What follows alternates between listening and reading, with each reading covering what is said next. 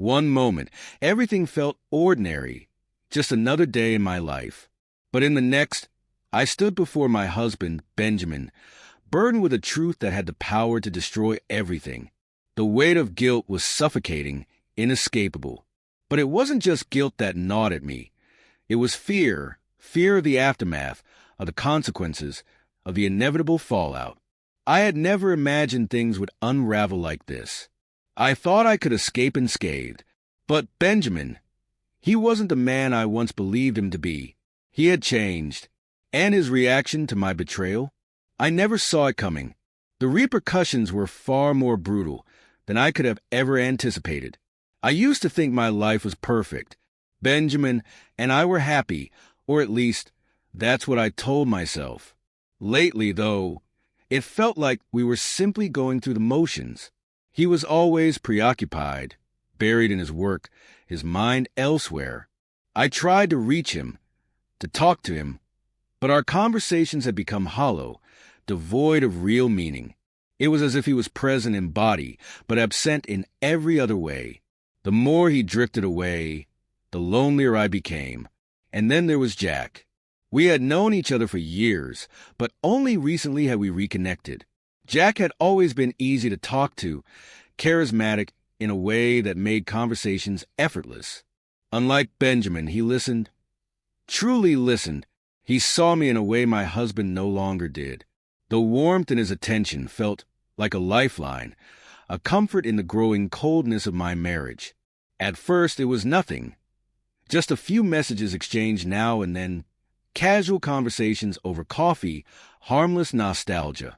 But as time passed, I began to question what I was missing, what I had lost. And then everything shifted. What started as innocent chatter gradually turned into something more. Jack's words became laced with subtle flirtation, his compliments carrying an undertone I tried to ignore. I told myself it was harmless, just playful banter. I wasn't doing anything wrong, at least that's what I wanted to believe. But deep down, I knew I was treading dangerous waters. Benjamin had stopped seeing me. I had become invisible to him. But Jack, he saw me. His laughter, his words, the way he made me feel, it was intoxicating. My loneliness made me vulnerable, and soon I found myself craving his attention more than I was willing to admit. The thought of meeting him in person lingered in my mind. I convinced myself it would be nothing. Just two old friends catching up over coffee, harmless and innocent. But I knew better, and yet I didn't stop myself. When the day came, I kept reassuring myself, it's just coffee. No big deal. But the moment I saw Jack, something shifted. His gaze lingered on me in a way that made my pulse quicken. I tried to focus on our conversation, but every touch, every glance carried an unspoken tension. It was thick, undeniable, electric. Then, before I could process it, before I could stop it, it happened. His hand brushed against my cheek, and I froze. For a fleeting second, I considered pulling away, but I didn't. The kiss wasn't hesitant or uncertain. It was hungry, intense, all-consuming. It stole my breath, and in that moment I knew I had crossed a line I could never erase. Guilt crashed over me like a tidal wave. But so did something else, a thrill, a rush, something dark and exhilarating. I should have stopped, but a part of me didn't want to. When I returned home, everything felt different. My heart raced, my thoughts spiraled, but I had to act normal. Benjamin was there, stretched out on the couch, his eyes fixed on his phone, completely unaware of what I had just done. I sat beside him, but my mind was still with Jack, his touch, his kiss, the weight of my betrayal. It consumed me. Benjamin didn't seem to notice. He never did. But after a while, I felt his gaze on me, as if he sensed something was wrong. He didn't ask, didn't push. And somehow, that silence was worse than any confrontation. I wanted to confess, to tell him everything. But another part of me, the part one barely recognized, wanted to bury it, to pretend nothing had happened and carry the guilt alone. Jack kept reaching out, pulling me deeper into the deception. It became harder and harder to resist. I despised myself for it, yet I couldn't seem to stop. Should I admit what I had done? Or should I continue pretending, bearing the weight of my own sins? But then something unexpected happened.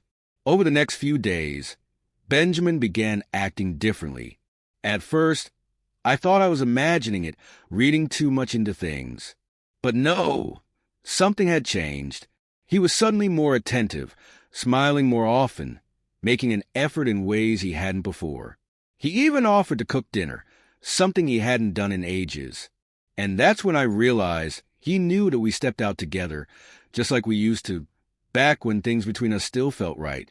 It was thoughtful, almost too much so, and something about it seemed off. He was trying too hard. I observed him carefully, searching for answers, and then one evening, something happened that sent a chill down my spine.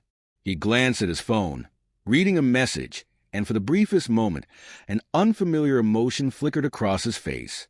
It was gone in an instant, but when he noticed me watching, he locked his screen immediately, too fast, too deliberate.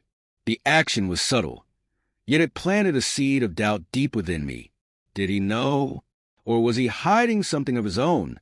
When Benjamin suggested a date night, I was taken aback. It had been so long since we had done anything just for us. Maybe this was his way of repairing what had frayed between us, of reclaiming what we had lost. The guilt inside me was suffocating, but I let myself hope. Perhaps this was a chance, a way back to what we once had. We went to one of our favorite restaurants, a quiet place bathed in soft light and the low hum of music. The flickering candle between us cast shifting shadows across his face. For a fleeting moment, I allowed myself to believe that things were normal again, that we could move forward, even if he remained unaware of the truth. But then something shifted. As the night unfolded, an unease settled over me. Benjamin was too composed, his demeanor too controlled. And then in his gaze, I caught something, an awareness, a knowing look I couldn't quite decipher. Without a word, he slid a folded note across the table. My heart pounded. I hesitated before unfolding it. But the second my eyes scanned the words inside, my stomach twisted into knots. Jack! Panic surged through me. He knew. Slowly, I looked up, expecting rage or accusations, but his expression remained unreadable. His gaze held steady, unwavering. "I think it's time we have an honest conversation," he said, his voice unnervingly calm, laced with something I couldn't quite grasp. Reality crashed down on me. My mind blinked.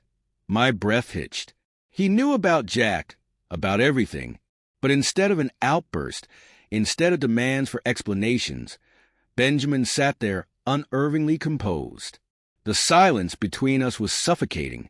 My hands trembled as I reached for him, desperate to explain, to apologize, to say something, anything.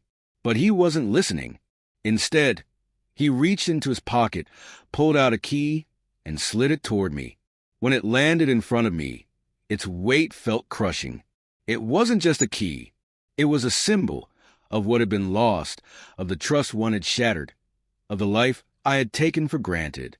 Tears burned at the edges of my vision, but I fought to hold them back. "Benjamin, please," I whispered, my voice barely audible. I never meant for any of this to happen. He didn't react the way I expected. No anger, no accusations. Just an icy detachment that sent a shiver through me. "You're not the only one keeping secrets, Jessica," he murmured, his voice disturbingly even. "I think it's time you understand. I've been making plans of my own, and they're going to change everything." The ground beneath me seemed to tilt. What did that mean? What had he been hiding? The days that followed were nothing like I had imagined. I had braced for fights, for heartbreak, for an avalanche of emotions. Instead, Benjamin was distant, cold in a way I had never seen before. He wasn't just hurt. He was unreadable. I couldn't tell if he was shutting me out because he was done with me or if this was some twisted test. My thoughts became a whirlwind of regret and confusion. I wanted to believe he still cared, but every attempt to reach him was met with silence. His indifference a punishment I knew I deserved. The excitement, the rush of Jack's attention. It had all turned to ashes in my hands. And now, all I had left were the consequences of my choices. I kept asking myself if it had been worth it. The answer was painfully clear. And then, something happened that I never saw coming. A message from an unknown number. I hesitated before opening it, my pulse hammering in my ears. But when my eyes landed on the attached image, my breath caught in my throat. Benjamin, with another woman. The sight of it hit me like a slap. My hands trembled as I stared at the screen, my heart pounding. Was this his revenge? Or had there been more to his story than I ever realized? I stood there, frozen, as the world I thought I knew crumbled around me. The damage was done. The trust, the love, the connection. It was all in ruins, reduced to nothing but broken fragments. And now, I was left with nothing but the wreckage of my own betrayal. Benjamin's final words echoed in my mind. You've lost everything. But now, so have I. He had the power to forgive me, to offer me another chance. But after everything, I wasn't sure he ever would. And worse than that, I wasn't sure I could ever forgive myself.